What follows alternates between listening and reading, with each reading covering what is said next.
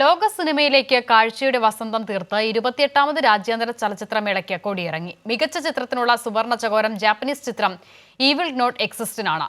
ഫാസിൽ റസാഖ് സംവിധാനം ചെയ്ത തടവാണ് പ്രേക്ഷക പ്രീതി നേടിയ ചിത്രം. സമാപന ചടങ്ങിൽ പോലീസ് സംവിധായകൻ ക്രിസ്റ്റോഫ് സനൂസിക്ക് ലൈഫ് ടൈം അച്ചീവ്മെന്റ് പുരസ്കാരവും സമ്മാനിച്ചു.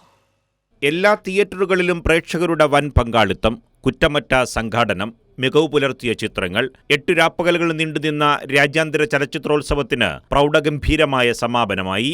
മേളയിലെ മികച്ച ചിത്രത്തിനുള്ള സുവർണ ചകോരം ജാപ്പനീസ് ചിത്രം ഈവിൾ ഡസ് നോട്ട് എക്സിറ്റിന് ലഭിച്ചു.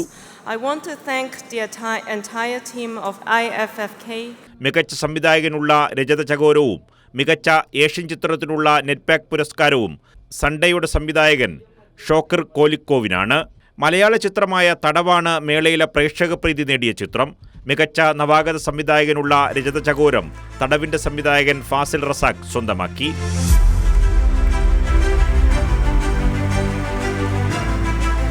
മികച്ച മലയാള ചിത്രത്തിനുള്ള നെറ്റ്പാക് പുരസ്കാരം ആനന്ദ് ഏകർഷി സംവിധാനം ചെയ്ത ആട്ടത്തിനാണ്.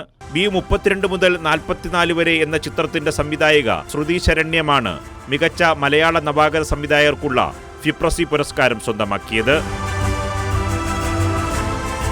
ഇന്ത്യയിലെ മികച്ച നവാഗത സംവിധായകനുള്ള KR മോഹനൻ പുരസ്കാരത്തിന് ഉത്തം കമാട്ടിയുടെ കേൾവാൾ തെരഞ്ഞെടുക്കപ്പെട്ടു. സിനിമാ രംഗത്തെ സമഗ്ര സംഭാവനയ്ക്ക് നൽകുന്ന ലൈഫ് ടൈം അച്ചീവ്മെന്റ് പുരസ്കാരം അടൂർ ഗോപാലകൃഷ്ണനിൽ നിന്നും പോളിഷ് സംവിധായകൻ ക്രിസ്റ്റോഫ് സനൂസി ഏറ്റുവാങ്ങി. ചടങ്ങിൽ നടൻ പ്രകാശ് രാജ് മുഖ്യാതിഥിയായി. ക്യൂബയിൽ നിന്നുള്ള പ്രതിനിധി സംഘത്തിൽ ഉൾപ്പെട്ട സംവിധായകരെയും ചടങ്ങിൽ ആദരിച്ചു. കൈരളി ന്യൂസ്, തിരുവനന്തപുരം.